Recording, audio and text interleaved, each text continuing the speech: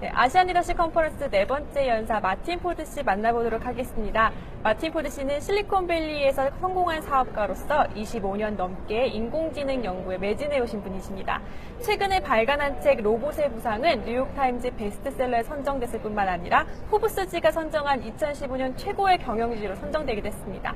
마틴포드 씨 만나보도록 하겠습니다. Welcome. Thank you. Welcome to Korea. Yes, and it's a really great honor to have you in Seoul, Korea for the Asian Leadership Conference today. So can you, before we jump into the interview, can you say hi to your Korean friends? And Hi, it's great to meet you all, and I'm really happy to be here. I've had a great time in Korea. a little brief introduction of yourself.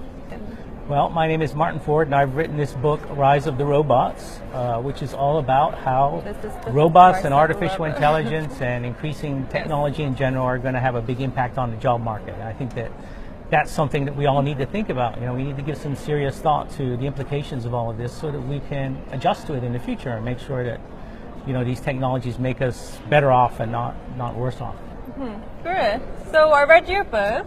I was so impressed about everything that you wrote. Okay, so is this your first time in Korea, or? It is. It's my It first is? time here in Seoul, and Yeah. I actually came a couple of days before the conference, so I've had a chance to be a tourist and look around. I think it's a very, very beautiful and impressive city, so I've really enjoyed the experience. Enjoyed it. Any night out or any? Well, not so much. Not so much? But you know, I've gone and seen some of the sites, some of the shrines and so forth, and had a chance to see the city. So it's a very exciting place.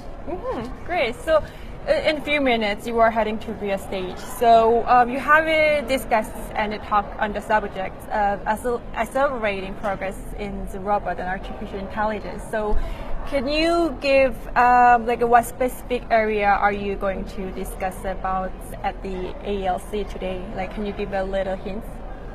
Well, it's not so much about a specific area, it's about everything. I mean, artificial intelligence and robotics are going to impact everywhere. So we're going to have self-driving cars. Yes. We're going to have robots that flip hamburgers. We're going to have smart software that impacts a lot of office jobs, you know, people sitting in front of a computer. So it's not really one specific area at all. The whole point is that it's everywhere, and it's something that we all really need to begin to think about.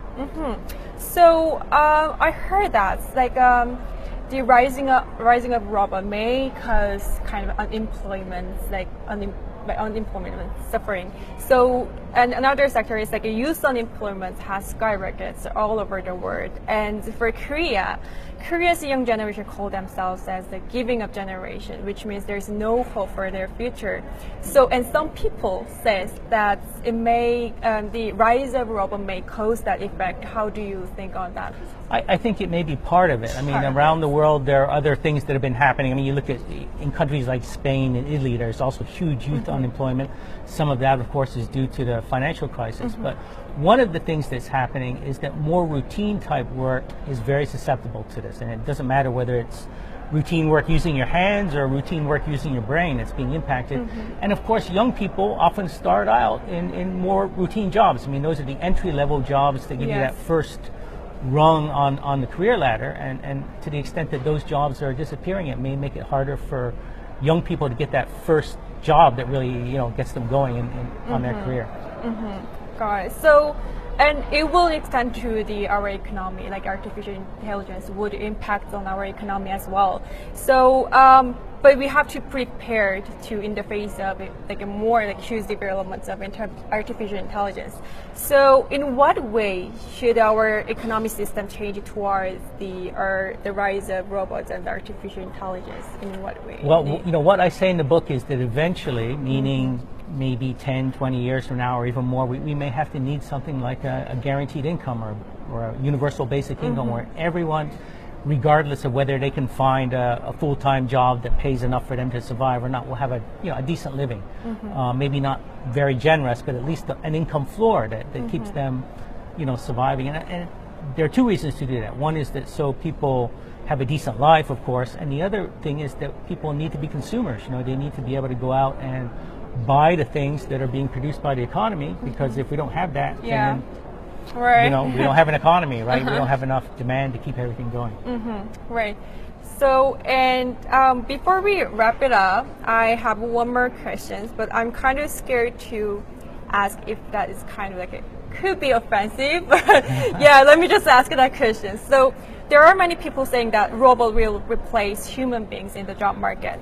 So have you ever thought that one day you might be replaced by the robot too? I'm offended. Yeah.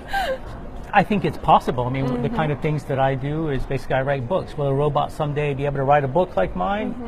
I think it's possible, but it's not going to happen soon. Obviously, writing a whole book is something that really takes a lot of very cohesive knowledge and hopefully a little bit of creativity too. And that's one of the areas that humans are still pretty good at, right? So better than robots. I think that for the next 10, 20 years, if you're in the business of writing books, then you're okay. But once you get beyond that and you really think into the far future, then anything is possible. Yes, great. Thank you for joining us today. Great. And it was really great. Great. Thanks for having me. Good to meet you. 네, 그리고 지금까지 마틴포드 씨와의 인터뷰였었고요. 2시 35분에 리처드 덩컨 씨의 인터뷰가 계속해서 진행된 예정이니까요. 많은 관심 가져주시기 바랍니다. 지금까지 정효주였습니다.